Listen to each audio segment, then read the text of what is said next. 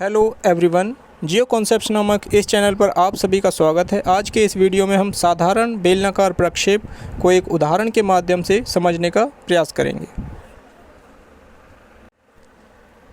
Globe पर बनी अक्षांश और देशांतर रेखाओं के जाल को ग्रिड कहते हैं और जब इस ग्रिड को प्रकाश की सहायता से या गणितीय विधियों की सहायता से समतल सतह पर प्रक्षेपित करके बनाया जाता है तो इसे प्रक्षेप का नाम दिया जाता है, जिसे मानचित्र प्रक्षेप भी कहते हैं। रचना विधि के आधार पर इन प्रक्षेपों को 4 वर्गों में बांटा जाता है। पहला बेलनाकार प्रक्षेप, दूसरा शंक्वाकार प्रक्षेप, तीसरा खमध्य प्रक्षेप और चौथा है रूढ़ प्रक्षेप।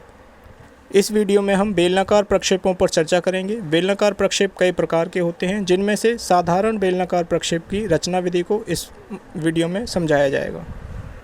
प्रश्न इस प्रकार है, एक साधारण बेलनाकार प्रक्षेप की रचना कीजिए। यदि इसका मापक 1:320 मिलियन हो, इस प्रक्षेप का अक्षांशीय व देशांतरीय अंतराल 30 डिग्री का होना चाहिए।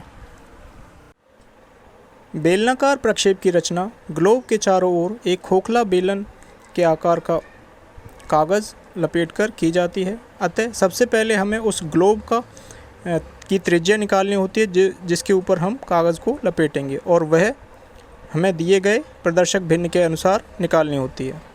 ग्लोब का अर्धव्यास पृथ्वी की वास्तविक त्रिज्या को दिए गए प्रदर्शक भिन्न से विभाजित करके निकाली जाती है। पृथ्वी की वास्तविक त्रिज्या 640 मिलियन सेंटीमीटर हो सकती है या फिर 250 मिलियन इंच होती है। यहाँ पे हम क्योंकि सेंटीमीटर में गणना कर रहे हैं, यहाँ 640 मिलियन सेंटीमीटर को 320 मिलियन से विभाजित करेंगे और इस प्रकार हमारा ग्लोब का जो अर्धव्यास या रेडियस निकल के आया है वो 2 सेंटीमीटर आया है। ग्लोब की त्रिज्या निकलने के बाद अब जो पेपर बेलनाकार शेप में ग्लोब के चारों तरफ लपेटा जाना है वो पेपर भूमध्य रेखा पर ग्लोब को टच करेगा। अतः भूमध्य रेखा की लंबाई ज्ञात करना आवश्यक है। यहाँ पर हम भूमध्य रेखा की लंबाई निकालेंगे जो कि 2πr से निकाली जाती है।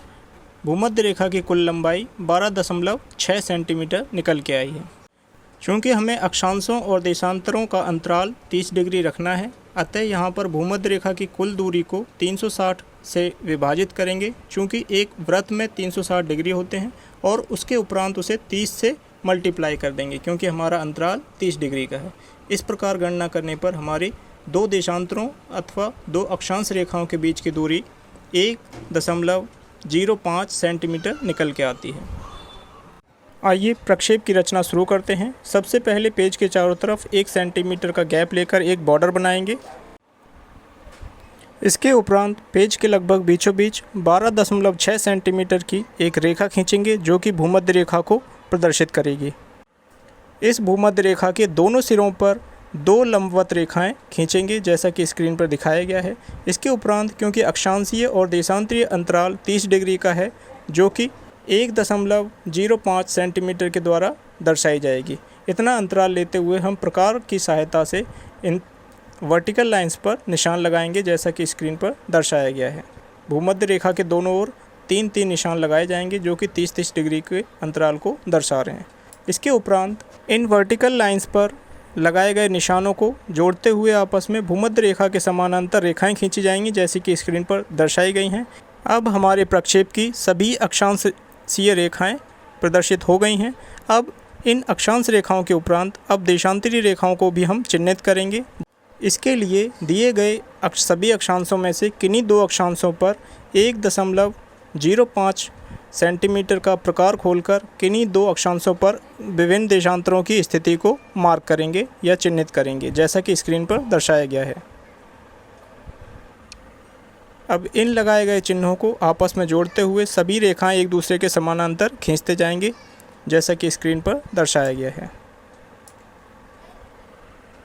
इस प्रकार हमारे सभी देशांतर बनकर तैयार हो गए हैं और सभी अक्षांशों व देशांतरों के बीच समान दूरी है। इसी कारण से इस प्रक्षेप को बेलनाकार समदूरस्थ प्रक्षेप भी कहा जाता है। इसके उपरांत इस प्रक्षेप में जो केंद्रीय देशांतर है उसे हम 0 डिग्री उस पर अंकित करेंगे और उसके उपरांत दाएं और बाएं ओर प्रत्येक अक्षांशीय रेखा को 30-30 डिग्री के अंतराल पर वहां पर मार्क लगाएंगे जैसा कि स्क्रीन पर दर्शाया गया है। इसके उपरांत दाहिनी ओर ईस्ट ई लिखा है जो कि ईस्ट दिशा को दर्शाता है, जबकि पश्चिम की ओर वेस्ट लिखा है जो कि पश्चिम दिशा को दर्शाता है। इसी प्रकार से उत्तर और दक्षिण दिशा में भी हम अक्षांशों के मूल्य को अंकित करेंगे। इसके उपरांत इस प्रक्षेप के आधार में प्रदर्शक भिन्न को अंकित कर देंगे और शीर्ष पर इस प्रक्षेप का नाम लिख दिया जाएगा, सिंपल सिलेंड्रिकल प्रोजेक्शन। इस प्रकार हमारा प्रक्षेप बनकर तैयार हो गया। इस प्रक्षेप के सामान्य विशेषताएं या सामान्य लक्षण इस प्रकार हैं। इस प्रक्षेप में सभी देशांतर रेखाएं एक दूसरे के बराबर होती हैं। नंबर 2, एक दूसरे के समानांतर होती हैं। नंबर 3, सभी देशांतर रेखाएं भूमध्य रेखा से की लंबाई इसके आधी होती हैं। यदि हम अक्षांश रेखाओं की बात करें तो सभी अक्षांश रेखाएं सीधी रेखा के रूप में होती हैं और एक दूसरे से समान दूरी पर होती हैं। साथ ही साथ सभी अक्षांश रेखाएं भूमध्य रेखा के बराबर होती हैं और अक्षांश और देशांतर रेखाएं एक दूसरे को समकोण पर काटती हैं। इस प्रक्षेप में कागज़ का बेलन ग्लोब को भूमध्य रेखा पर टच करता है, अतः इस प्रक्षेप में भूमध्य रेखा पर मापनी शुद्ध होती है। साथ ही साथ प्रत्येक देशांतर रेखा पर मापनी शुद्ध होती है। लेकिन जैसे जैसे हम उच्च अक्षांशों की तरफ जाते हैं तो मापनी में वृद्धि होती जाती है। इस प्रक्षेप में भूमध्य रेखा के समीप आकृति और क्षेत्रफल कुछ हद तक सही रहते हैं, अतः भूमध्य रेखा के समीप वाले क्षेत्रों को प्रदर्शित करने के लिए जिनका अक्षांशीय विस्तार कम हो, उन्हें प्रदर्शित करने के लिए इस प्रक्षेप का कुछ यूज़ किया जाता है। उच्च अक्षांशों व संसार के मानचित्र बनाने के लिए यह मानचित्र प्रयोग में नहीं लाया जाता, उपयोगी नहीं है।